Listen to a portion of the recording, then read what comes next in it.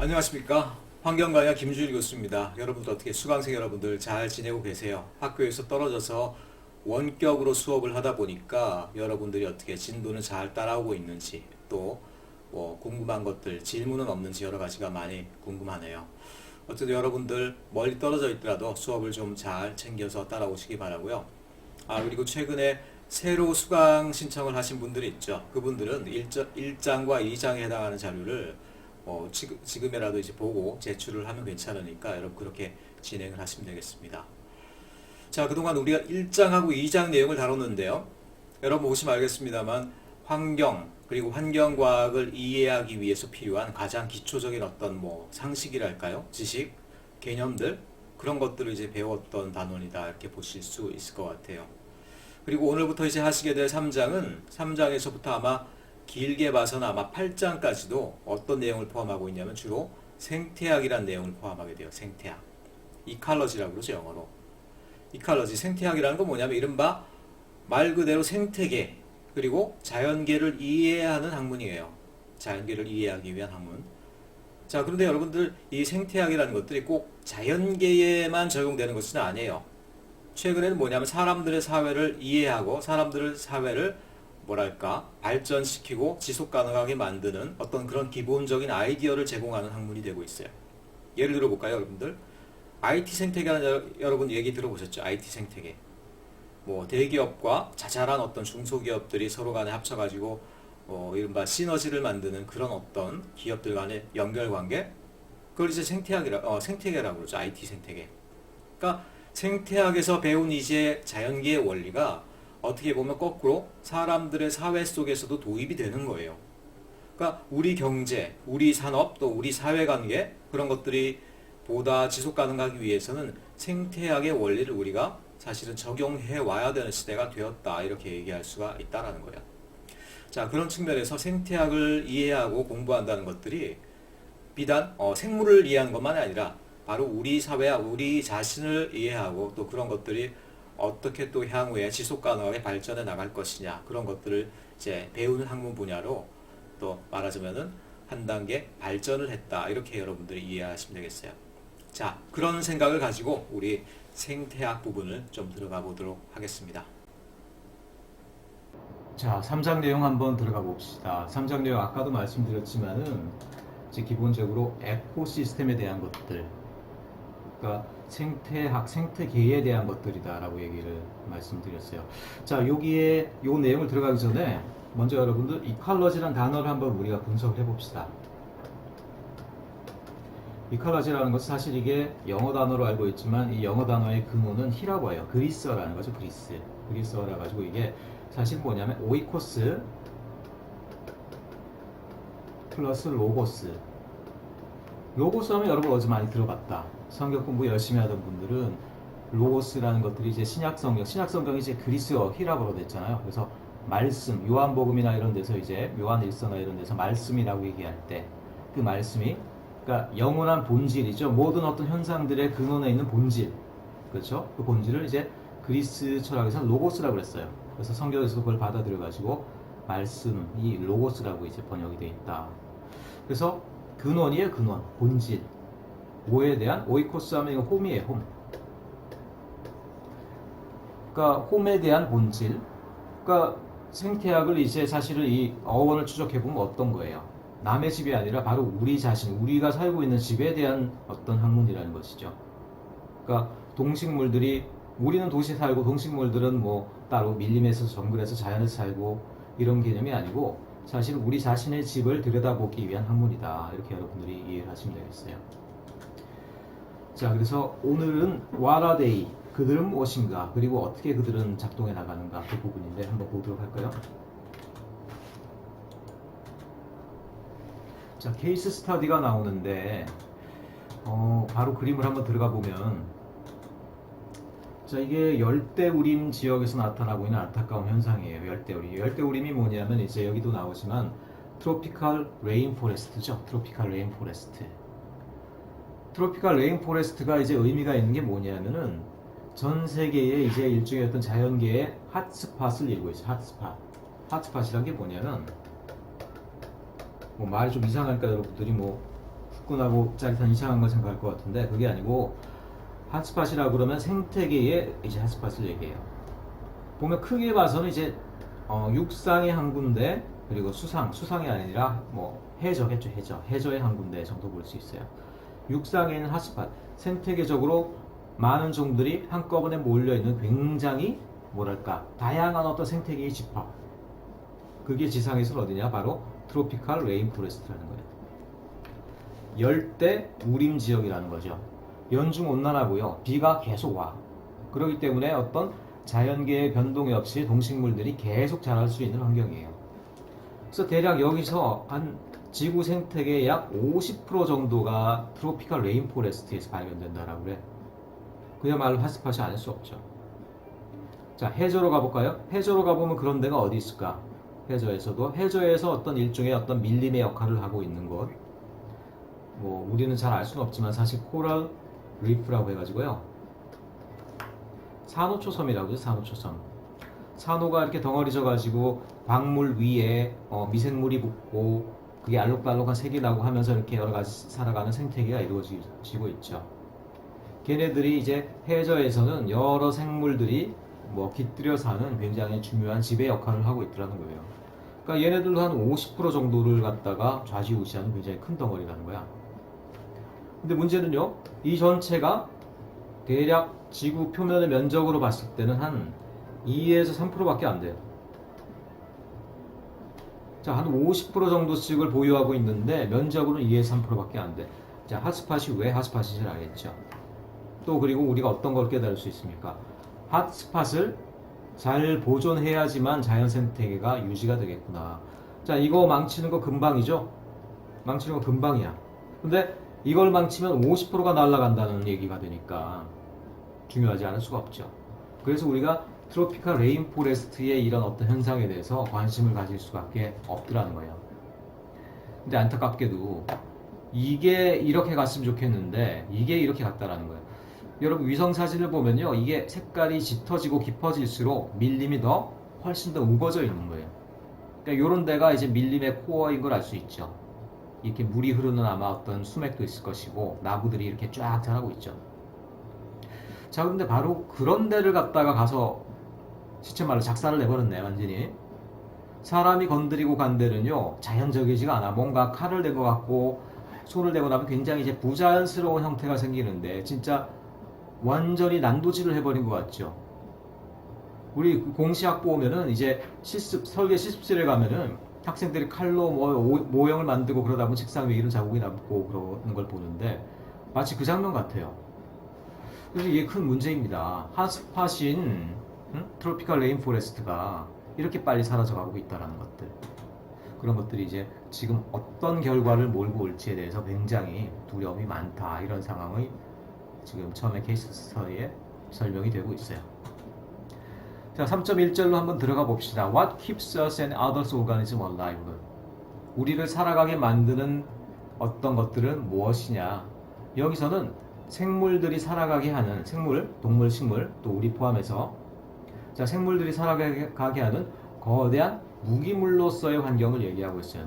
무기물은 생명이 있는 애들은 아니에요. 돌, 공기 뭐 이런 애들이죠.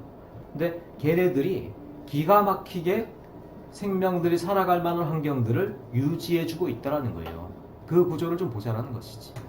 그래서 3.1절을 보면은 이게 여러분 영어 단어는 어려울 거예요. 애트모스피어는 알겠다 여러분. 애트모스피어.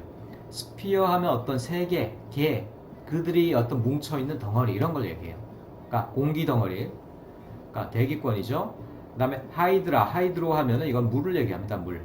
그래서 하이드로스피어, 수권, 물의 권역들이죠. 지오 하면 돌멩이, 그 다음에 바이오 하면 이제 드디어 생물들이 살아가는 덩어리. 그래서 지구 환경을 갖다가 이렇게 4개의 스피어로 구분할 수가 있다는 얘기예요.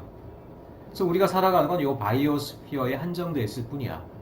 자, 그런데도 나머지 3개의 스피어가 기가 막히게 우리가 살아가는 어떤 환경들을 잘 유지, 관리, 제어해주고 있더라. 이런 얘기가 나오고 있고요. 자, 그 모든 어떤 무기물 환경의 근원은 무기물은 그 자체로는 에너지가 없죠. 근데 모든 에너지는 생명의 근원이 되는 에너지는 결국 빛에너지다. 빛에너지. 어디로부터? 태양으로. 자, 유사일에 한 번도 외계인들이 우리에게 에너지를 갖다 투입해 준 적 없어요. 그렇죠. UFO가 나타나서 우리한테 에너지 던져주고 간 적 없습니다. 유일하게 우리를 살릴 에너지는 뭐로부터 와요? 태양으로부터 온다. 유일하게 태양이라는 빛 에너지로부터 와서 이것들이 우리 지구 환경에 투입되고 결국 모든 순환을 거치고 마지막으로 우주에 방사되어 간다는 것이죠. 자, 그 내용을 들어가 볼까요? 자, 아까 4개의 권역에 있고 바로 그림으로 가봅시다. 자, 그림으로 가보면은 이 4개의 스피어들이 나와 있는데 그 덩치의 비례를 보면요, 진짜로 어떻게 보면은 불균형해. 뭐냐, 예를 들어서 지금 우리가 살고 있는 바이오스피어 있잖아요. 바이오스피어를 확대해 보면은 어떻게 돼? 멘틀 상부, 그다음 멘틀 상부에 이제 드디어 이제 돌멩이들을 위해 이제 결국 모래 위에 드디어 이제 우리가 식물이 살고 우리가 이제 먹을 것들을 재배할 만한 토양들이 있는데 그 중에 이제 생물들이 살아가는 부분은 요거 굉장히 얇다라는 거예요. 굉장히 얇어. 그러니까 지구 전체가 양파라고 그러면요, 비율로 볼 때는 이 바이오스피어가 양파의 껍질에 불과한데, 그러니까 이게 놀라운 일이죠. 양파 껍질에 불과하다. 그렇기 때문에 여러분 이런 얘기도 할 수 있는 거예요. 우리가 지구를 갖다가 지구의 어떤 나머지 스피어들을 잘못 건드리면은 이 바이오스피어 날아가는 거 금방입니다. 그렇죠. 그만큼 바이오스피어는 얇고 비율상으로 작으면서 민감하고 연약한 부분이에요. 지구 환경 전체로 봤을 때. 지구가 욱하고 열받으면 바이오스피어 그냥 껍데기 벗겨지는 건 장난도 아니야. 양파 껍질 벗기는 거 얼마나 쉽습니까, 여러분들? 양파 껍질 벗긴다고 또 양파가 티가 나요? 그러지 않죠. 그렇기 때문에 이 바이오스피어로서는 나머지 환경들이 얼마나 이제 중요한 건가에 대해서 우리가 생각을 해야 된다는 거예요. 그래서 여러분들이 조금 이 나머지 무기물적인 환경들이 그럼 어떤 식으로 우리에게 살아갈 만한 환경을 이제 만들어주고 있는가에 대해서 3가지 요소를 얘기하고 있습니다. 3가지 요소, 이 책은. 첫째, one way flow of high quality energy from the sun. 태양 에너지 위에는 우리가 한 번도 받은 적이 없다라는 거예요. 무슨 소리야, 우리 석유, 석탄 파서 쓰고 있는데. 우리 석유, 석탄 쓰는데 무슨 태양이야? 태양광 우리 별로 아직 안 써. 라고 말하겠지만 석유, 석탄이 뭐냐는 거야. 거대한 유기물 덩어리죠. 그 유기물이 한때는 뭐였어? 한때는 양치식물, 공룡이었는지 뭔지 모르겠지만 양치식물 그리고 거대한 동물들이었죠. 그 동물들을 이루는 유기물, 단백질 이런 애들이 어디서 왔어? 결국은 식물, 땅에서부터 왔고 그 땅은 결국 태양광 에너지를 통해서 합성을 했단 말이야. 그래서 그런 많은 에너지들이 탄소 덩어리로 남아있으니까 이거 탄소가 너무 많은데 이렇게 되면은 이렇게 해가지고 문제가 있겠어. 좀 땅속에 묻어둘까? 해가지고 무기물들이 자기들의 순환 과정 가운데 석유, 석탄을 갖다가 지나친 탄소 덩어리는 땅속에다 묻어놨단 얘기예요. 그게 바로 석유란 얘기야. 그러니까 뭡니까? 결국은 얘네들도 태양 에너지야. 근원적으로는. 그러니까 생태계는요, 원웨이 플로우에서 항상 신선한 에너지를 씁니다. 태양광 에너지 바로바로 써. 근데 사람은 어떻게 돼요? 마지막으로 가둬놓은 최종 단계에 이런 에너지를 쓰더라는 거지. 억지로 땅속에 가둬놓은 에너지를 갖다가 끄집어내서 지구가 잠자게 만들어 놓은 탄소 덩어리를 다시 지상에다, 바이오스피어에다 풀어놓고 있어. 자, 그게 바로 원웨이 플로우에서 우리가 인간이 분탕을 치고 있다라고 볼 수 있는 이제 그런 이유가 된다는 것이죠. 둘째, cycling of matters or nutrient through part of the biosphere. 어쨌든 순환시키고 돌린다. 이런 얘기 알고 있죠. 마지막이 그래비티인데, 그래비티 뭡니까? 중력이죠, 중력. 이 중력 얘기하면 여기서부터 여러분들이 상당히 의아해할 거야. 갸웃갸웃하죠. 중력이 드립 팩터에 포함될 정도로 중요한가? 여러분 이전에 한번 일단 그림을 보세요. 자, 그림 보면 바이오스피어가 양파 껍질에 불과하다라고 그랬는데 나머지 거대한 매스, 이건 뭐냐는 거야, 그럼. 왜 이렇게 쓸데없이 거대한 매스가 있지? 땅속에도 사람들이 들어가 살고 껍데기에도 살고 막 살면은 그 필요성을 알겠는데 이 그림만 봐가지고는 양파 껍질에만 생물들이 살고 나머지 것들은 아무것도 아니란 말이야. 거대한 돌덩어리란 말이에요. 이거 뭐냐, 이거 잘못된 거 아니냐 라고 얘기를 하겠지만 여러분, 멘틀 밑에 있는 코어가 뭘 위해서 있어요? 뭘 위해서 있습니까? 코어 같은 경우는 거대한 중금속 덩어리예요. 뭘 위해서 있어요? 바로 그래버티를 위해서 있는, 중력을 위해서 있는 거예요. 지구가 사실 이 큰 덩어리가 중력을 위해서 존재하고 있는 거예요.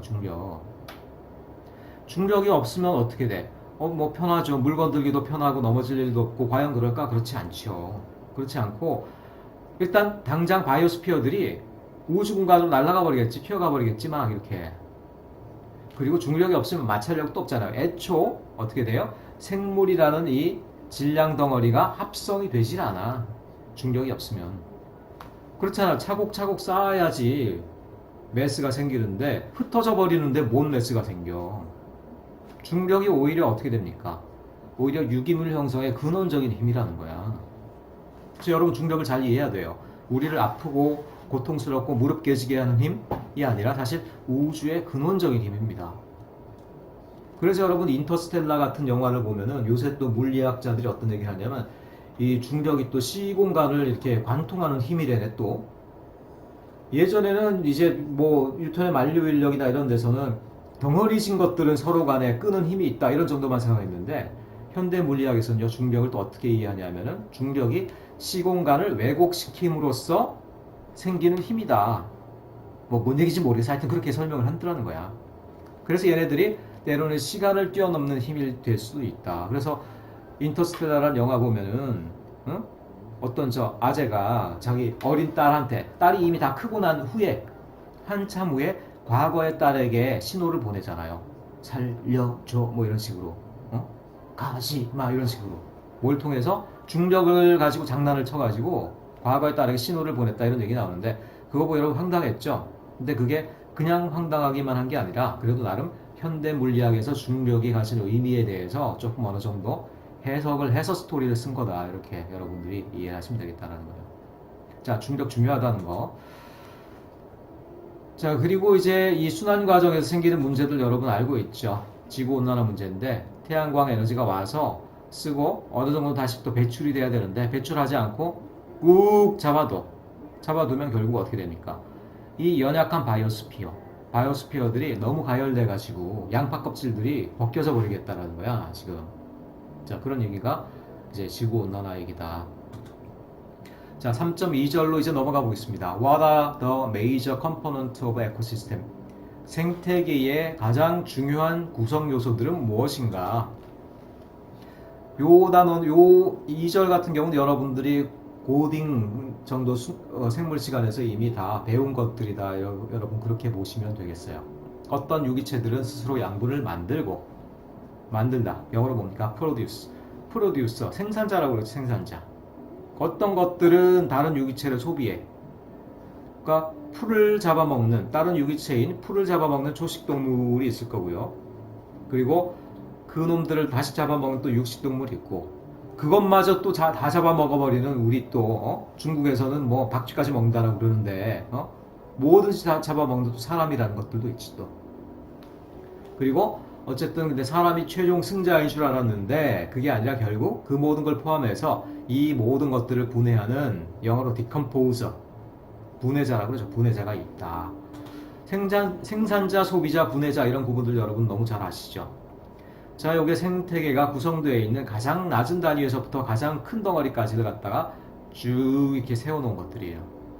처음에는 물론 뭐 원자인데 원자도 물론 쪼개다 보면은 거기다 사실 또 중성자, 양성자, 쿼크 뭐 나온다 얘기하는데 어쨌든 원소의 가장 기본적인 덩어리는 원자라고 볼 수 있고요. 원자가 분자가 되고 분자가 어떤 것들이 또 유기화합 결합을 하면서 어떻게 해가지고 세포가 됐죠. 사실 요 단계에서 진화론이 사실은 어떤 그 특별한 검증을 내놓지 못하고 있죠. 어쨌든 순서로 봐서는 이렇게 된다는 거야. 세포가 모여서 하나의 어떤 유기체를 이루고 있죠. 유기체는 하나의 의식이 있고 의식이 있는 어떤 하나의 개체가 되겠어요. 그리고 같은 종류의 유기체가 모인 것을 우리가 파퓰레이션이라고 그래. 파퓰레이션 하면 사람들의 인구만 생각하겠죠. 근데 사람뿐 아니라 같은 개체들의 머릿수를 우리가 모아놨을 때 걔네들을 파퓰레이션이라고 표현하는 게 맞습니다. 근데 커뮤니티로 가면은 그러니까 사람 커뮤니티도 그렇잖아요. 똑같은 사람만 있는 게 아니고 이런 사람 저런 사람 뭐 별 사람 이렇게 다 모여 있는 걸 보통 우리가 커뮤니티라고 그러듯이 생태계 같은 경우도 같은 종류의 파퓰레이션만 가지고는 생존이 안 돼. 심지어는 이런 것들 잡아먹는 육식동물도 있어야 되더라는 거예요. 그래서 파퓰레이션이 모여서 커뮤니티가 된다. 커뮤니티. 그리고 커뮤니티 배경에는 에코시스템이 있어요. 말하자면 배경이 되어주는 뭡니까?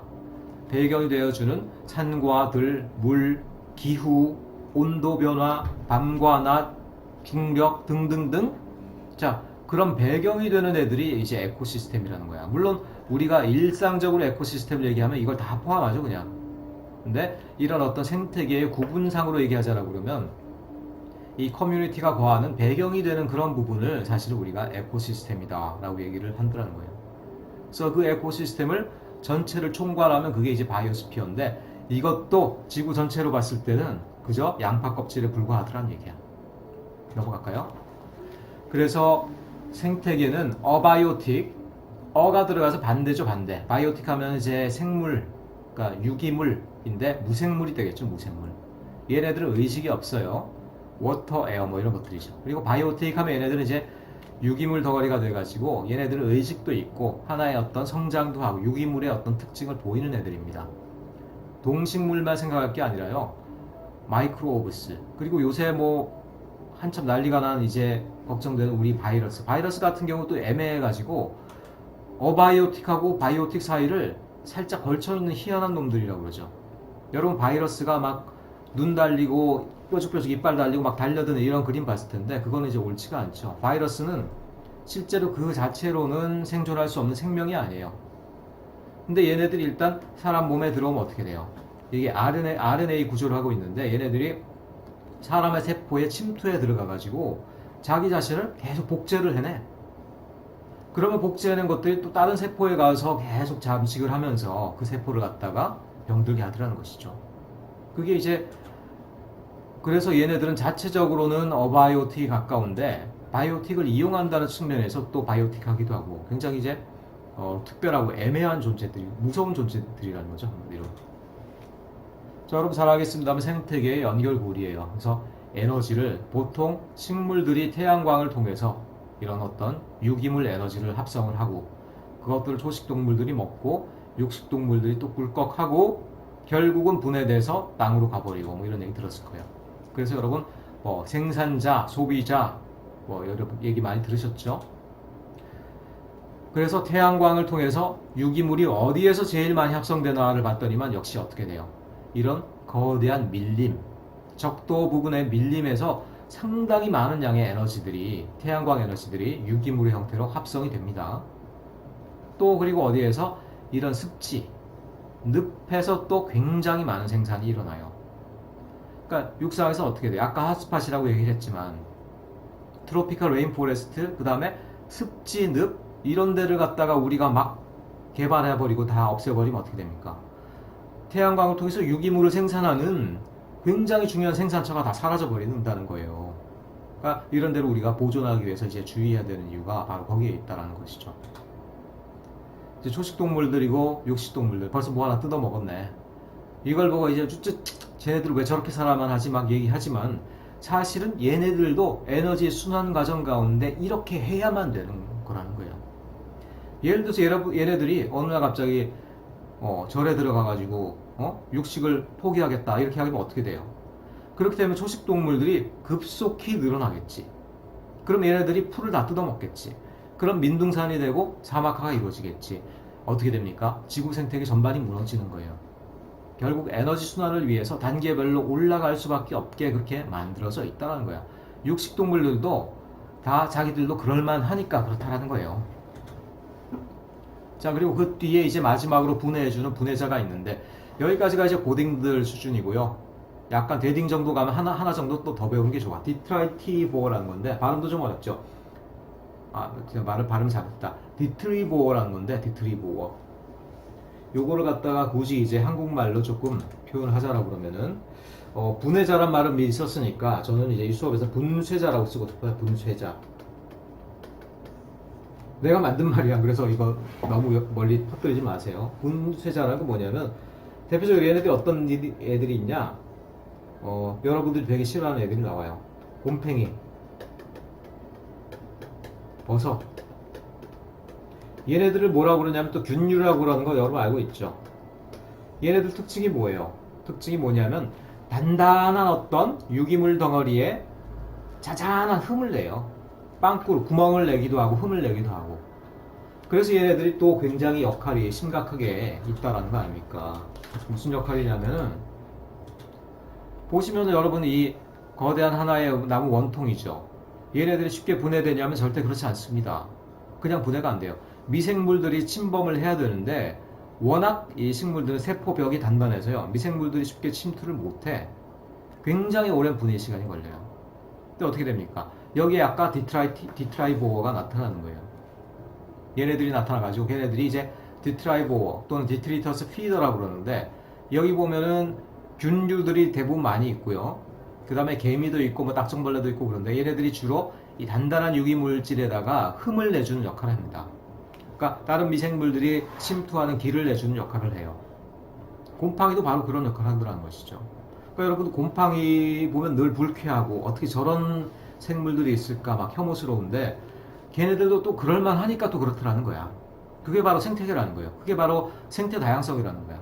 쟤들은 왜 있을까, 왜 존재할까라고 막 이렇게 얘기하고 싶은데 다 있을만 하니까 있더라는 거야. 우리가 몰라도 뭔가 열심히 일하고 있더라는 거예요. 그게 바로 생태 다양성의 원리입니다.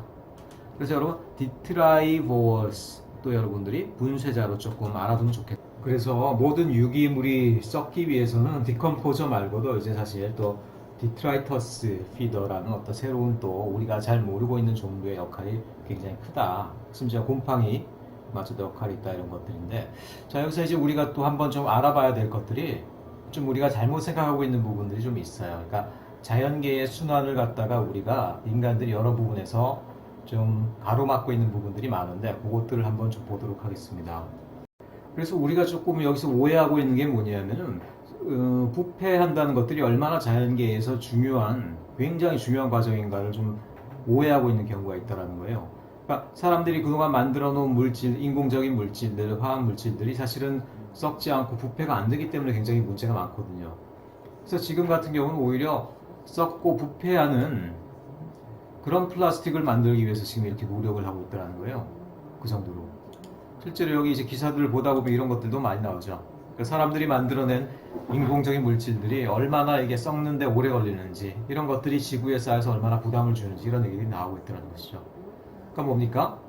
빨리 원활하게 잘 썩는 것들이 축복이에요. 근데 이제 가끔 이제 어떤 이상한 얘기를 듣는데 뭐냐면은 예전에 어떤 라디오 공익 광고에서 이런 얘기가 나오더라는 거예요. 사람들이 부드럽고 친절하고 긍정적인 말을 많이 해야 된대. 그리고 그걸 어떻게 할 수 있냐? 이런 실험을 해서 알 수 있었다는 거예요. 뭐냐면 밥그릇을 2개를 넣고 매일 아침마다 한 밥그릇에는 진짜 부정적인 말들, 욕하고 막 혐오하는 얘기들 막 했겠죠. 그리고 나머지 한쪽에는 긍정과 어떤 이런 친절한 말들, 사랑한다는 말들, 뭐 이런 것들을 했다라는 거야. 좀 웃기죠. 그런 실험을 하는 것들로. 근데 더 웃긴 게 뭐냐면 실험 결과 끝에 긍정의 말을 한 밥은 잘 상하지 않았던 반면에 부정의 말을 전달한 그 밥은 순식간에 상해버렸다 이런 얘기가 나오고 있어요. 여러분 그 실험에 대해서 어떻게 생각하세요? 저는 그 실험이 약간 조금 의아한 게 보세요. 만약 그런 실험들이 정말 사실이다. 사람들의 어떤 욕설이나 혐오의 말 그런 것들이 분해를 앞당길 수 있다라고 그러면은 저는 쓰레기 매립장을 땅에 묻을 필요가 없을 것 같아요. 뭐냐? 자 이렇게 큰 웅덩이를 파 쓰레기를 막 버려요. 막 채워. 땅에 묻을 게 아니라 전국에서 이제 입 걸쭉한 사람들 있잖아요. 그런 사람들 일당 뭐 한 100만 원 줘도 좋아. 얼마나 인류에 기여를 하는 사람들입니까? 그분들이 마구잡이로 욕설을 막 퍼부어요. 인터넷에 왜 악플러들 이런 사람들 다 스카우트해 해가지고 마구마구 막 욕을 해버리면 얼마나 이게 잘 썼겠어요. 이렇게 만약 진짜 그게 사실이면은 이렇게 기업체 차려가지고 빨리 썩여드립니다. 이런 것들도 가능하겠죠. 제가 볼 때 뭔가 이상하고 아닐 것 같더라는 거야. 가지고 제가 직접 한번 실험을 해봤어요. 똑같은 실험을. 약 2주 정도의 어떤 시간을 두고 제가 2개의 밥그릇을 넣고 하나에는 굉장히 이제 부정적인 말들, 뭐 점잖게 얘기해서 그냥 부정적인 말들이에요. 그냥 쌍욕을 해버리는 거야, 아주 그냥. 나머지 하나에는 진짜로 이렇게 좀 긍정적이고 친절하고 하여튼 뭐 그런 말들 하는 거지. 이 실험을 2주 정도를 했는데 여러분 이게 되게 힘들어요. 하다 보면 자괴감 느끼고요. 중간에 그냥 다 던져버리고 싶을 때가 굉장히 많다는 얘기야. 거기다 또 잘못 상하면요, 여러분 집에 막 잘못하면 집에 곰팡이 끼고 그렇습니다. 그러니까 제가 대신 실험을 해드리는 거예요. 결과 여러분 한번 보시겠어요? 결과를 딱 보니까 결과가 이제 이렇게 됐더라는 거야. 어디게 긍정의 말을 듣고 어디게 부정의 말을 들었을까? 두 개의 밥그릇인데 지금. 그래서 여러분 딱 보니까 어때요? 그래가지고 이 중에 확실한 건 뭐냐면 두 개가 상태가 다르다는 건 확실해. 이건 참 신기한 일이죠. 긍정의 말과 부정의 말을 한 밥그릇이 두 개가 상태는 굉장히 눈에 보기에도 달라. 그래서 학생들한테 보통 사람들한테 이걸 보내주고 질문을 합니다. 그래서 어떤 게 부정의 말, 어떤 게 긍정의 말을 들은 것 같으냐라고 얘기하면 대부분의 사람들이 요 시퍼렇게 썩어 들어간 것 같은 요게 부정의 말을 들은 것 같다라고 딱 맞춰줘. 다들 맞춰줘요. 그렇게. 근데 맞췄다라고 말은 했지만 그게 정답일까? 정답은 아니었어요. 정답은 아니야. 반전. 이 흰쌀밥이 덜 썩은 것 같은 흰쌀밥이 긍정의 말을 듣고 저 부정의 말을 듣고 얘가 긍정의 말 내 사랑을 받은 밥그릇인 거야. 그런데 보니까 어떻게 돼요? 시퍼렇게 그냥 곰팡이가 쓸어버렸지. 이게 뭐지 이게? 일단 상태는 다른데 보기에는 적어도 이제 오히려 긍정의 말을 들은 게 상태가 안 좋아 보인단 말이야. 좀 고민스럽죠. 뭘까? 일단은 그 공익 광고에 나온 말하고는 확실히 다르다는 게 조금 증명이 됐죠. 그래가지고 이제 제가 또 나름 의학을 전공하고 있는 친구 만났을 때 이 그림을 한번 보여줬어요. 그래서 어떻게 봐야 되냐 그랬더니만은 황당히 하죠. 뭐 쓸데없는 얘가 좀 학교에서 가르친다고 그러는데 뭐 제정신인가 싶고 뭐 이렇게 쳐다보더라고요. 첫째는. 자, 그러고 나서 그런데 이 친구가 어떤 얘기를 하냐면 뚫어지게 보더니만 이게 오히려 긍정의 말을 들은 것일 가능성이 많다라고 얘기를 하더라고요. 그 친구가. 맞추는 거야 그 사람은. 왜 그렇게 생각하냐고 그랬더니 왜냐 뭐라고 얘기하는데 뭐라고 그러냐면 요게 이제 푸른 곰팡이, 그러니까 녹색이나 푸른 곰팡이 종류는 사실은 인체에 좀 더 유리한 곰팡이래요. 그러니까 여러분 아시겠지만 녹색 곰팡이에서 추출한 어떤 약품도 나오고 그러잖아요. 그런 것들. 자, 그런 것들로 봤을 때 요게 오히려 조금 유리한 곰팡이고요. 유리한 곰팡이라는 건 뭐냐면 좀 더 사람들에게 유해한 것들이 적고 오히려 이제 도움될 만한 요소들이 많은 그런 곰팡이라는 것이죠. 그래서 실제로 빵에도 녹색 곰팡이가 붙으면 그냥 약간 툭툭 털어내고 먹어도 된대요. 근데 그 친구가 보는데 이 흰 곰팡이, 누런 곰팡이 종류는요, 이거는 진짜 안 된대. 조금만 쓸어도 버려야 된대. 왜냐? 독성이 있어. 굉장히 사람 몸에 독성이 있대요. 그래서 오히려 이게 종류가 사람 몸에 유해한 곰팡이들라는 거야. 그러면서 이게 긍정이고 이게 부정이 아니냐라고 딱 얘기를 하더라는 거죠. 신기하죠, 여러분들. 물론 이 모든 결과는 믿거나 말거나예요. 근데 제가 뭘 말씀드리려고 그래요? 뭘 말씀드리려고 그래요? 사실은 분해되는 것들은 자연계에 있어서 굉장히 중요한 과정이다. 지금 지구 환경의 재앙은 뭐냐 하면은 분해가 안 되는 물질들을 우리가 너무 많이 생산하고 버렸다는 거예요. 책임을 못 지고 있는 거야. 심지어는 우리가 버린 플라스틱이요. 이제 플라스틱도 역사가 오래됐잖아. 100년 가까이 됐나 거의 뭐. 그러면서 얘네들이 풍화가 일어난 거야. 그래가지고 얘네들이 모래알보다 작은 진흙보다 작은 알갱이가 돼 미세 플라스틱이 돼가지고 얘네들이 아무데나 지구 환경 어디에나 다 지금 섞여 있는 거예요. 심지어 우리가 마시는 물에도 미세 플라스틱이 이미 들어가 있다는 거야. 놀라운 일이죠. 그러니까 그런 것들이 문제라는 거예요. 우리가 문제의식을 조금 제대로 알 필요가 있다는 거지. 그러니까 썩는 것들, 분해되는 것들은 자연환경에 굉장히 자연적인 순환 과정이고요. 또 그 자체가 빨리 일어나는 것들은 인류의 오히려 축복이라는 것입니다. 자, 그에 더불어 여러분들의 나름 또 궁금증을 또 이렇게 해결하기 위해서 노력했으니까 여러분들 한번 이 결과를 한번 심사숙고해 보시기 바라겠습니다. 자, 그럼 다시 본문으로 돌아와서 그만큼 이제 분해가 중요하다는 얘기들 이 그림이 이제 강조하고 있다 이런 얘기 말씀드리고요. 자, 뒤로 넘어가 볼까요? 이 페이지는 이제 분해가 아니라 태양광을 이제 동물이나 식물들이 쓰고 있는 어떤 에너지 형태로 바꾸고 또 그걸 분해하는 과정에 대한 설명들이 나와 있죠. 그러니까 여러분 잘 들어봤겠지만 광합성이라는 것들은 뭐예요? 태양광, 태양빛이죠. 빛을 가지고 합성을 해. 뭘로? 다른 어떤 동물들이 먹을 수 있는 유기물 덩어리로 합성을 하는 과정이다라는 것이죠. 그게 광합성, 식물들이 하고 있는 과정이에요. 또 그럼 동물들은 뭘 하고 있느냐? 그걸 먹은 다음에요. 호흡이라는 과정을 통해서 거기에 들어있던 에너지를 쏙쏙 빼먹는다라는 거야. 그러니까 이 과정을 한번 간단한 화학식으로, 제일 간단한 화학식으로만 써보면요. 식물들에게 필요한 게 H2O, 물이죠. 거기다가 어떻게 됩니까? 거기다가 CO2가 필요하죠. 탄소. 얘네들은 탄소를 먹죠. 이런 것들이 이제 우리한테 오면 어떻게 됩니까? 일단 영양분의 가장 단순한 덩어리는 여러분 알겠지만 포도당 뭐 이런 얘기 들어보셨죠? 그 다음에 이제 산소가 또 필요해요. 물론 양쪽에 화학식을 맞추려면 여기 6 이렇게 하면 대충 되겠죠. 사실 여기 빠진 게 있어요. 요게 이제 식물에서 일어난 단계인데 여기에 뭐가 들어가요? 태양광이 들어가요. 태양 에너지가 들어가면서 이 광합성이 일어나는 거예요. 그래서 실제로 여기에 있는 에너지가 어떻게 됩니까? 요 포도당 당분의 결합 에너지로 들어가 있는 것이죠, 이미. 그러니까 요 자체가 어떻게 돼요? 태양광 에너지가 이 안에 숨어 있더라는 거예요. 그러니까 우리는 거기다가 산소를 덧붙여 가지고 호흡을 하면서 그 에너지를 우리는 쏙쏙 빼먹는 거죠. 그게 바로 2단계가 되는 거예요. 그러니까 결국 이제 여기서 말하고 싶은 건 뭐냐? 우리가 어떤 걸 먹든 간에 그걸 분해하다 보면 이거거든요, 이거. 근데 그것도 다시 또 분해하다 보면 뭐라는 거예요? 요거라는 거예요. 태양광 에너지가 일방향으로 생태계를 흐르면서 모든 개체들을 먹여 살리고 에너지를 공급하고 있다. 이런 말을 해도 틀리지 않았다는 거예요. 그렇기 때문에. 그게 바로 공기를 가지고 호흡해 준다 해서 유기호흡이라고 부르는 그런 과정이라는 겁니다. 자, 넘어가 봅시다. 그래서 그런 것들을 순환하는 과정을 이제 다이어그램으로 표현한 것이 되겠죠. 태양광 에너지가 한 방향으로 쭉 흘러갑니다. 가다가 다시 돌아온 경우는 없어요. 에너지는 태양으로부터 일방향으로 흐릅니다. 한 번도 옆방향으로 순환하거나 꺾어진 적이 없더라는 거예요. 자, 그리고 분해자들의 세계들 가운데 조금 더 들어가다 보면 이렇게 뭐 보이지 않는 놈들이 있죠. 마이크로 오르가니즘이라는 세계들인데 박테리아, 프로토조아 하면 이거 원생동물, 뭐 아메바 뭐 이런 것들이 있죠. 또 펀자이 하면 균류, 곰팡이 이런 것들.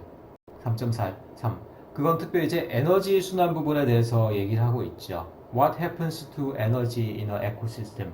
생태계의 에너지 순환에 과연 무슨 일이 일어났는가? 그래서 가장 기본적인 법칙은 이거예요.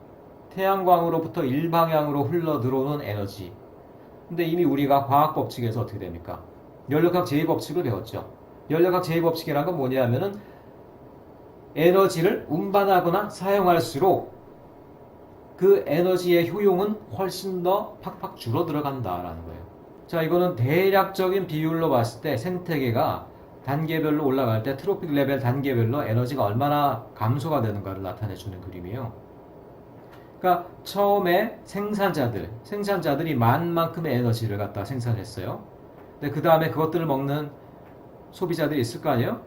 근데 걔네들은 만을 먹은 것 같지만, 만을 다 잡아먹은 것 같지만 실제로 그들이 쓰는 에너지 1000밖에 안 돼. 무슨 얘기입니까? 이미 90% 정도가 다 어딘가 손실이 일어났더라는 거예요. 불필요한 어떤 에너지로 낭비가 됐더라는 거예요. 자, 그 다음 단계는 어떻게 돼요? 90%가 계속 이제 날아간다라고 그러면 그 다음에 100밖에 안 남겠죠? 10밖에 안 남겠죠? 그러니까 이 말을 볼 때 여러분 어떤 걸 우리가 파악할 수가 있어요? 어떤 부분? 생태계 먹이사슬 어떤 부분? 자, 밑으로 갈수록 굉장히 두터워야 되고요. 위로 갈수록 굉장히 가늘어야 되더라는 거야. 그래서 사자 한 마리가 있으면 초식동물이 100마리, 1000마리가 있는 그 초원의 생태계가 그게 자연스러운 거라는 얘기예요. 근데 만약 어떻게 돼? 사자가 1000마리에 초식동물이 한 마리다. 아, 그건 뭐 말도 안 되겠지만 사자가 100마리에 뭐 초식동물이 1000마리밖에 안 된다. 그것만 하더라도요. 그 생태계는 진짜 붕괴될 수밖에 없는 필연적인 운명에 있더라는 거예요. 밑으로 내려갈수록 넓어지는 이 엄청나게 밑이 넓은 피라미드가 정상이라는 거야. 자, 순수하게 먹이사슬 단계로 맞췄을 때는 사람이 여기 있잖아요. 그런데 문제는 뭐냐? 사람이 지금 한 70억, 향후에 100억이 돼가. 문제는 뭐냐면 그 사람들이 소비하는 에너지 감당하기 위해서 밑에를 받치는 이 먹이사슬의 에너지 구조, 피라미드. 이게 얼마나 큰 부담이 되겠냐라는 거예요. 이게 얼마나. 그렇잖아요. 밑으로 내려갈수록 10배씩 커져야 되는데 10배씩. 그렇기 때문에 먹이사슬에 올라가 있는 개체들이 급격히 늘어난다는 건 이거는 굉장히 위험할 수 있는 일이다라는 거예요. 그래서 이제 자연계에서 어디에서 이제 에너지 생산들이 많이 나타나는가. 그러니까 이런 부분들을 우리가 그러기 때문에 잘 지켜줘야 돼요. 그러니까 자연계의 에너지 생산, 뭐 생산이라기보다는 태양광을 저장하는 것뿐이죠. 태양광을 저장하는 공장에 해당하는 애들, 아까 말한 핫스팟들이죠. 그러니까 이런 데를 우리가 잘 특별히 지키고 보존해야 된다, 이런 얘기를 할 수가 있겠어요. 이번엔 매러, 에너지가 아닌 매러 시스템으로 한번 넘어가 볼까요? 자, 매러의 가장 큰 특징은 뭐냐? 매러 역시도 끊임없이 순환한다. 여러분 뭐 동물의 왕국이나 이런 어떤 자연 다큐멘터리 프로그램 보시면 알겠습니다만, 사자들이 진짜 죽을 듯이 달려가지고 어떤 뭐 영양 한 마리를 딱 잡았어. 진짜 엄청 고생해서 잡았어요. 진짜 뼈까지 다 발라먹을 것 같죠. 근데 그렇지 않지. 그냥 한두 번 뜯어 먹더니만, 딴전 피우더니만 그냥 가버리네.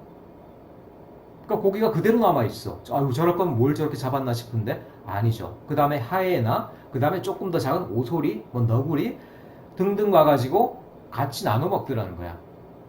바로 이제 그런 것들이 자연계 시스템이라는 것이죠. 그래서 여러분, 이 순환 과정, 이 매러의 순환 과정에 있어서 특별히 우리가 굉장히 좀 잘 파악하고 있어야 될 것들이 한 5가지가 되는데요. 이 그 5가지의 순환의 어떤 경로를 그림으로 이제 책에는 잘 표시하고 있습니다. 그래서 보면은 5대 순환이에요. 5대 순환. 5대 순환. 첫 번째는 뭐냐면 역시 물입니다. 물. 자, 물의 순환 중에서도 제일 중요한 역할을 하는 것들은 역시 식물이죠. 식물. 여기 보면 트랜스피레이션이라는 단어가 나오는데요. 트랜스피레이션은 우리나라 말로 하면 증산작용입니다. 증산. 증산이란 건 뭐냐? 얘네들이 이제, 자, 나무가 이렇게 있어요.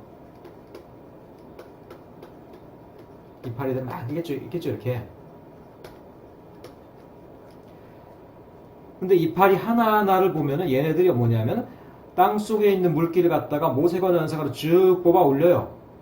그 다음에 그런 것들이 줄기를 따라서 나뭇잎 하나하나까지 갑니다.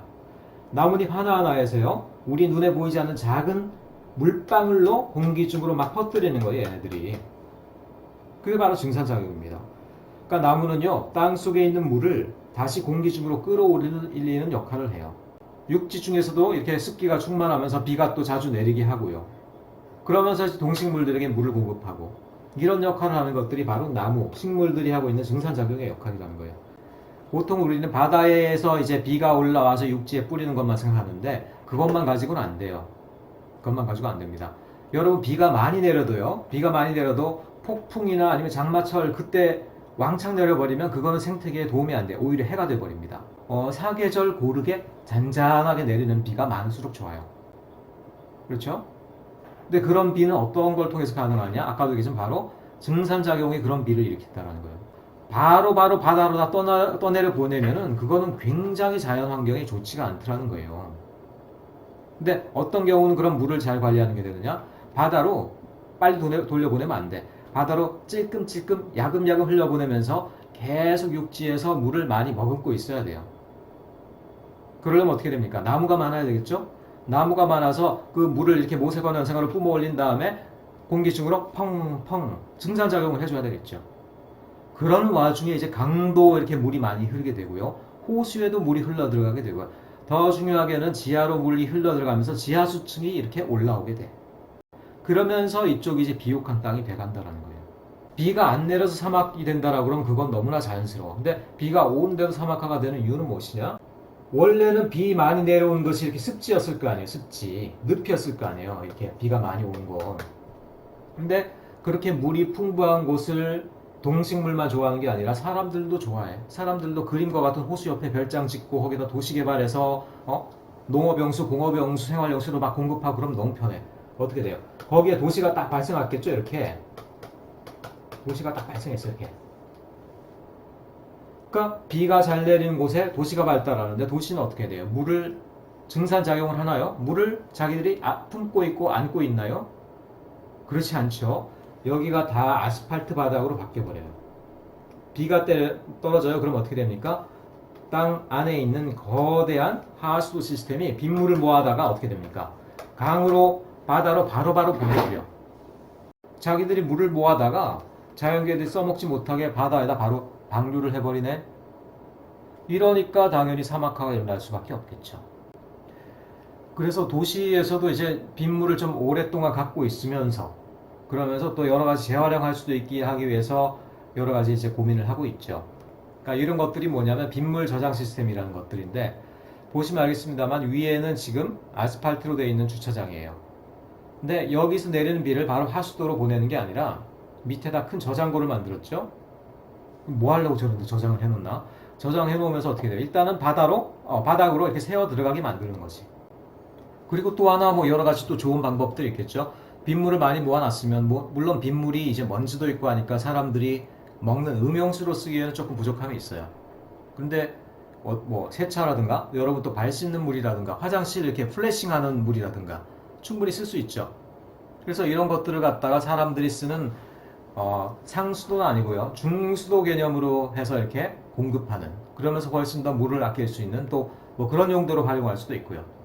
그래서 이렇게 빗물을 갖다가 도시에서 채집하는 시스템들, 재활용하는 시스템들 이런 것들이 많이 연구가 되고 있습니다. 그 다음에 또 골치 아픈 이제 탄소의 순환 나왔다. 탄소의 순환. 탄소 때문에 뭐 지구온난화니 뭐니 말이 많고 문제가 많으니까 탄소가 지구상에 엄청 많은 것 같죠? 아니에요. 근데 퍼센트지로 치면은 0.038, 그러니까 ppm으로 치면은 380 ppm. 자, 산업혁명 이전에도요, 그때 뭐 제대로 측정된 결과가 없었지만 200이 안 되었을 거라는 것들이 거의 정론이에요. 200이 안 됐어. 근데 지금은요, 이미 이 책도 옛날에 나와서 그렇지, 이제는 아예 그냥 400ppm으로 보자, 이런 식으로 돼 있더라는 거예요. 인류 역사가 제대로 이렇게 탄력을 받은 이후에 2배가 됐다라는 거야. 그러니까 우리가 2배로 만들었다는 건 뭐가 문제가 있는 것이죠. 그래서 이게 탄소 순환과 관련된 여러 가지 문제점들을 나타내고 있어요. 뭐 여러 가지가 있겠지만 가장 기본적으로는 땅 속에 묻혀 있는 지구가 이제 너네들은 너무 많어. 너네들은 땅 속에 워워 좀 잠자고 있으렴 하고 묻어놨던 화석연료, 화슬표울이라고 하죠. 화슬표울. 그거를 굳이 끄집어내서 다시 공기 중으로 돌려줘. 그러니까 지구로서는 난감하죠. 이 자식들 이거 내가 너무 공기 중에 너무 많은 것 같아가지고 땅속에다 좀 묻어놨는데 자꾸 파내네. 이런 거죠. 거기다가 또 뭐예요? 지구상에 있는 모든 유기물질들이 탄소화합물이에요. 우리 몸을 비롯해서 탄소 분자가 엄청 많다는 거야. 그러니까 산에 불을 내고 그런 것들을 불태우고 등등 하면 그것들이 또 다 탄소로 돌아오게 돼요. 그러니까 숲이 사라진다는 건요. 지구온난화 측면에서는 2중, 3중의 피해가 되는 그런 특징을 갖고 있다. 이렇게 얘기할 수가 있더라는 거예요. 그래서 이런 것들이 지금 탄소 순환에 문제를 일으켜서 지구의 전체 기온이 올라가지 않느냐라는 어떤 그런 얘기를 우리가 계속 하고 있는 거죠. 자, 그 다음에 니트로즌 하면은 이제 N으로 표시되는 화학 원소. 그러니까 질소죠, 질소. 질소 같은 경우도 또 요것도 이제 우리 탄소나 이런 거에 가려져 가지고 문제가 조금 이제 우리가 잘 모르고 있긴 하지만 실제로 이것도 굉장히 많이 문제가 되는데 특별히 뭡니까? 이 질소를 많이 쓰고 있는 게 뭐가 되겠어요? 비료, 질소 비료. 모든 농업의 근본이 최근엔 질소 비료 아닙니까? 그래서 질소 비료를 너무 땅 속에다 많이 우리가 쓰다 보니까 그런 것들이 빗물을 따라서 바다로 밀려가는데 그러면서 바다에서 어떻게 됩니까?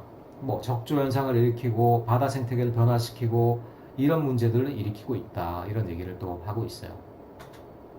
그 다음에 이제 포스포러스라는 애인데 얘네들은 또 진짜 이제 아예 모르겠다. 뭐지? 포스포러스 하면 뭐지? 원소 기호로는 P, 인이라고 하는 애들이에요.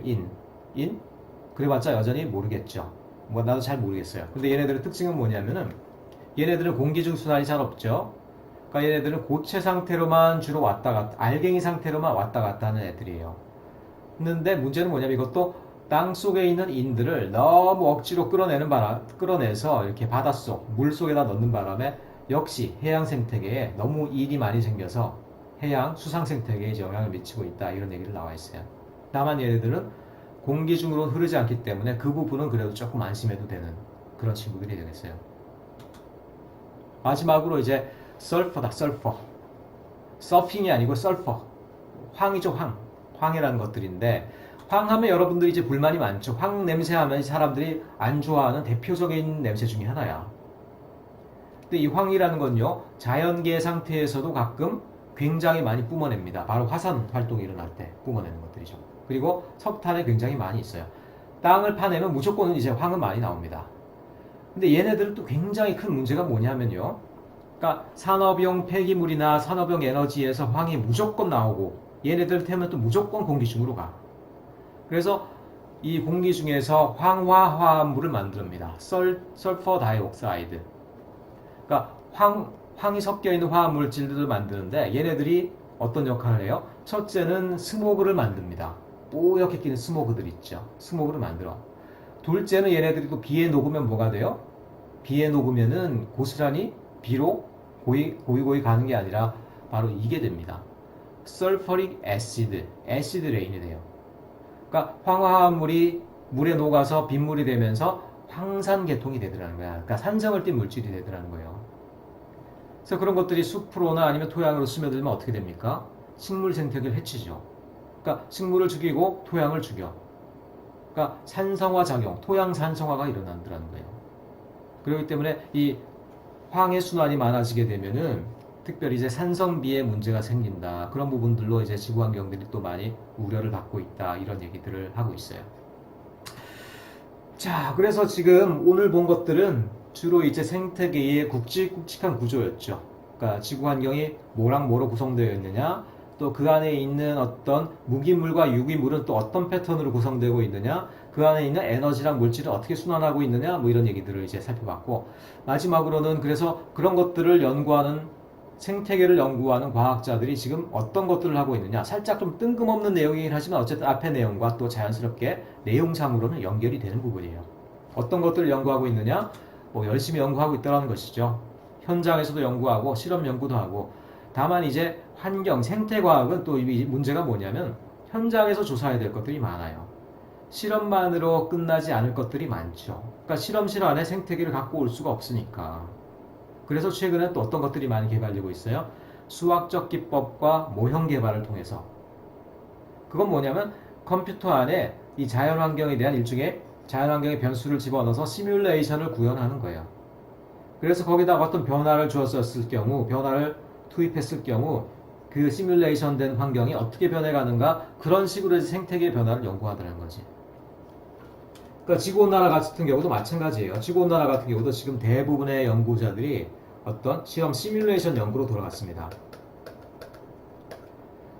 그러니까 지구라는 환경을 갖다가 가상적으로 구현을 하고요. 거기에 사람들의 활동, 경제활동, 산업활동, 인구 증가 이런 변수를 투입했을 경우 30년, 50년, 100년 뒤에는 탄소량이 얼마나 늘어나고 그랬을 경우 지구의 전반적인 기온 또는 뭐 해류, 뭐 조류 또는 풍향 뭐 이런 것들이 어떻게 변해갈까, 이런 것들을 이제 모형을 통해서 연구를 하는 것이죠.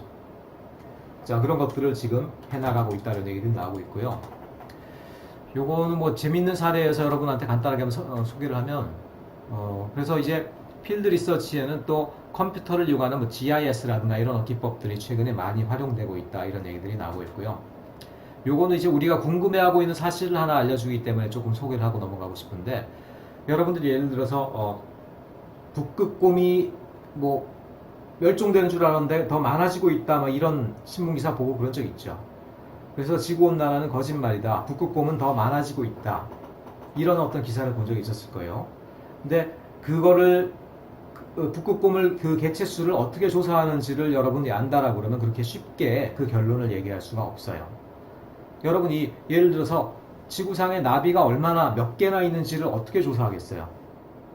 가가호 방문해가지고 인구 센서스 나왔습니다, 뭐 몇 명 사시죠? 물어볼 수 없죠. 어떻게 하는 거예요 그러면? 그러니까 이것도 역시 수학적인 방법을 쓸 수밖에 없더라는 거예요. 수학적인 방법이라는 건 뭐냐, 지금 나비를 예를 들어서 100마리를 딱 잡았어요. 잡아가지고 날개에다가 약간의 표시를 해. 그 다음에 어떻게 날려보내, 다시 잡으려는 걸 아니니까요. 그리고 다시 또 나비를 채집합니다. 그리고 나비를 잡아가지고 어떻게 돼요? 이 날개에 표시가 있는 거에 비율을 갖다가 측정을 해. 자, 그리고 나서 잡아가지고 이렇게 계산을 해봤더니만 잡힌 나비의 약 10% 정도의 우리가 체크를 해놓은 그 표시가 있더라. 그렇게 되면 어떻게 돼요? 당초 잡았던 100마리가 자연계에서는 약 10분의 1 정도가 된다는 얘기겠죠. 그러니까 거기다 10을 곱하면 대략적인 개체수가 나올 수가 있더라는 얘기겠죠. 말하자면 그런 식이라는 거예요. 그런 식으로 한다는 거예요. 그러니까 북극곰의 개체 같은 경우도 어떻게 조사하겠어요? 잘못하면 가서 곰한테 당하는데, 결국 그것도 뭐냐면 이런 방식이에요. 곰이 어떻게 돼? 곰이 관찰되는 횟수를 통해서 간접적으로 조사할 수밖에 없는 거야. 그렇죠. 그거 외에 무슨 방법이 있겠어? 다 빙하 드러내고 곰 어딨니? 이렇게 찾아다닐 수 없잖아. 그러니까 뭐냐면 곰이 많이 관찰될수록 어떻게 돼? 곰이 개체수가 많다라고 가정을 하는 거예요. 근데 여기서 어떻게 큰 착각이 일어날 수가 있겠죠? 큰 착각. 그게 뭐예요? 곰이 특별한 이유로 사람들에게 많이 나타날 수가 있더라는 거야. 어떤 경우? 아니, 먹잇감이 없는 경우. 온난화라든가 환경 파괴 때문에 먹잇감이 없고 도저히 사냥을 할 수가 없어. 얼음이 없어서. 어떻게 됩니까? 민가로 내려오겠죠? 음식이 있는 걸 보고 어떻게 돼? 동료들도 데리고 또 올 수 있겠죠? 많이 나타나게 되는 거지. 사람들은 그렇게 많이 나타나는 숫자를 보고 북극곰이 늘었네? 실제로는 걔네들이 오히려 위기 상황에 있을 수도 있다는 거예요.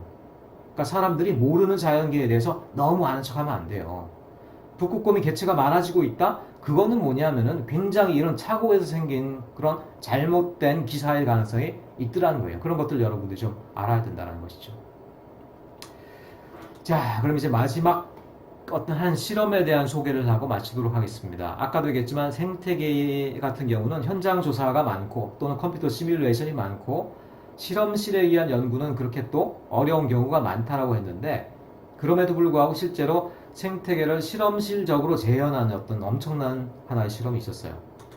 그게 뭐냐면은 바로 이름하여 바이오스피어 2라는 실험입니다. 바이오스피어 2. 2라는 게 그럼 두 번째 실험인가? 라고 하겠지만 눈치 빠른 사람은 알겠죠. 바이오스피어 1은 우리 지구 생태계 전체를 얘기하고요. 얘는 그거를 한번 재현한 바이오스피어 2라는 거예요. 2. 자, 미국 네바다 산맥에 이렇게 거대한 구조물을 만들었어요. 그래서 유일하게 들어오는 에너지는 지구 환경도 그렇죠. 유일하게 들어오는 에너지는 태양광 에너지 하나뿐이야. 그래서 태양광 에너지 하나만 받아들이면서 요 안에 모든 종류의 동식물 그리고 어떤 지구 환경을 대표할 만한 대표적인 환경을 만들었어요. 안에는 이렇게 생겼어. 약간 그 온대지대 같은 어떤 자연환경도 있고요. 사막기후 같은 데도 있고 밀림 같은 데도 있고 바다도 있네. 바다 심지어. 그러니까 지구의 어떤 모든 자연환경을 축소판으로 만들었어요. 그리고 나서 어떻게 돼요? 요 안과 밖을 오가는 거는 태양광 딱 하나밖에 없어. 그러면서 요 하우스 안에서 생태계가 영원히 유지되게 만들어 보는 거야. 지구를 흉내내는 거죠. 굉장히 의미심장한 실험인데 어떻게 됐을까? 성공을 했어야 될 텐데 인류의 미래를 위해서라면 성공했을까 실패했을까? 어떨 것 같아요? 요 책을 보면 왠지 실패했을 것 같은 느낌이 딱 들지. 2년 20분 20분은 또 왜 들어갔나 모르겠는데 한 2년 정도 결국 하다가 실험을 포기할 수밖에 없었습니다. 닫혀진 환경으로 생태계를 재현할 수가 없었어요. 그만큼 지구 환경이 우리가 알 수 없는 위대한 것이라는 거죠. 그 미묘한 구조, 작동하는 방식, 그걸 우리가 아직 손을 댈 수가 없더라는 거예요. 아이폰은 만들지만 지구 환경은 만들 수가 없더라는 거예요. 이것도 사실은 약간 과장된 측면이에요. 제가 듣기로는 한 9개월째 그 안에 과학자들도 살고 있었어요. 인류를 대표해서 살고 있었어요. 그러니까 이 양반들로 나오면 안 돼. 나오려고 그러면 이제 문을 잠그고 못 나오게 해버리는 거지, 심지어는 그 정도로. 근데 9개월 정도의 어떤 문제가 생겼냐면 식량난이 생겼어요. 식량난. 과학자들이 굶어 죽게 생긴 거야. 어떻게 했겠어? 치킨 배달 시켜줬겠죠. 피자 집어넣어 줬겠죠. 그렇지만 요 정도는 봐주자 하고 넘어간 게 2년이라는 거예요. 그러니까 무슨 얘기예요? 아직 우리는 자연계가 그냥 넓고 그냥 막 생긴 것 같지만 그 미묘한 작용, 미묘한 구조, 그걸 우리는 아직 잘 모르고 그걸 흉내내려고 엄청난 돈을 들여서 실험을 하고 해도 그게 재현되지 않더란 얘기예요. 바이오스피어 2가 된다라고 그러면 또 이런 생각도 할 수 있어요. 장래에 로켓가 발달하면은 우리 생태계를 갖고 떠서 다른 별에 가서 살면 되지라고 하겠지만 그거는 로켓 문제가 아니고요. 우리가 생태계 자체를 재현을 못해. 그러니까 아직 안 되는 거예요. 우리에게는 무조건 지금 지구 환경 하나밖에 없습니다. 바이오스피어 1. 그 외에는 지금 현재 대안이 없는 거예요. 미래에도 당분간은 그래요. 우리가 믿고 따를 거는 바로 이 지구 환경밖에 없다. 그거를 이 실험 결과가 우리에게 진짜 엄숙하게 우리에게 이제 경고하고 가르쳐주고 있는 거다. 이렇게 받아들일 수 있을 것 같습니다. 예, 이렇게 3장 생태학에 대한 전반적인 내용 강의를 오늘 이렇게 마치도록 하겠습니다. 여러분 수고하셨습니다.